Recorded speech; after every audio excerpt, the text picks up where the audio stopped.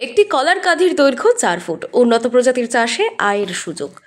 আর চিরাচরিত কলা চাষ অনুযায়ী চাষ নয়, এবার উন্নত প্রজাতির কলা চাষে লাভের দিশা দেখতে পারেন। একটি কলার কাঁধির দৈর্ঘ্য প্রায় ৪ ফুট। একটি কাঁধিতে ফলে আছে প্রায় ২৫০ থেকে ৩০০টি কলা। টিস্যু কালচারের মাধ্যমে উৎপাদিত G9 জাতের উচ্চ ফলনশীল কলা চাষে সাড়া ফেলেছেন। উত্তর ২৪ পরগনা জেলার বসিরহাট মহকুমার বসিরহাটের কলবাড়ি এলাকায় একসময় বায়োসায়েন্সের ছাত্র অরবিন্দ মণ্ডল বাড়িতে রোপণ করেছেন এই ধরনের কলা গাছ।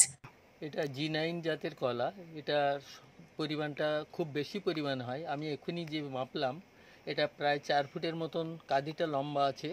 প্রতিটা ছড়াতে প্রায় 23টা থেকে 24টা করে কলা আছে। 18টা ছড়া আছে। 18টা ছড়াতে আন্দাজ 250 থেকে 300 কলা হবে। এর আগেও একটা গাছ ছিল, সে গাছও এরকমই ফলে। আমি গত কয়েক বছর ধরে এই চাষ করছি এবং এতে ভালো ফলন বলে এই গাছটা আমি চাষ করছি।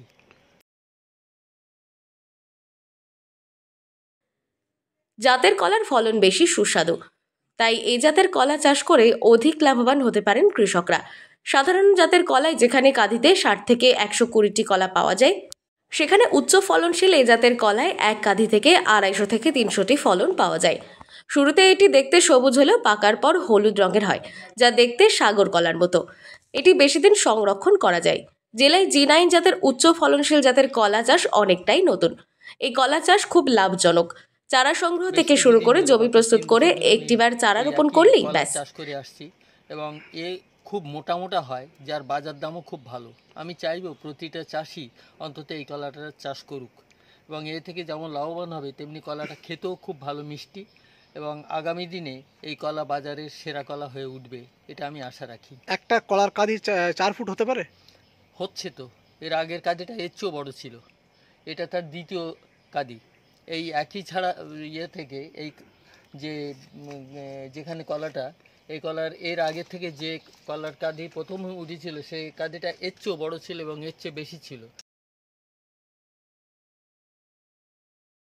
এই প্রজাতির গাছে তেমন রোগবালাই হয় না, তবে উঁচু স্থানে এই প্রজাতির কলা গাছ রোপণ করা ভালো। অরবিন্দবাবু জানান, পরীক্ষামূলকভাবে বাড়িতে কয়েকটি চারা গাছ লাগালে ভালো ফলন পাওয়া যায়। এবার বাণিজ্যিকভাবে কলা চাষ করবেন বলে জানান তিনি। পাশাপাশি এ ধরনের কলা চাষ করে অনেক বেকার যুবকও স্বনির্ভর হতে পারবেন।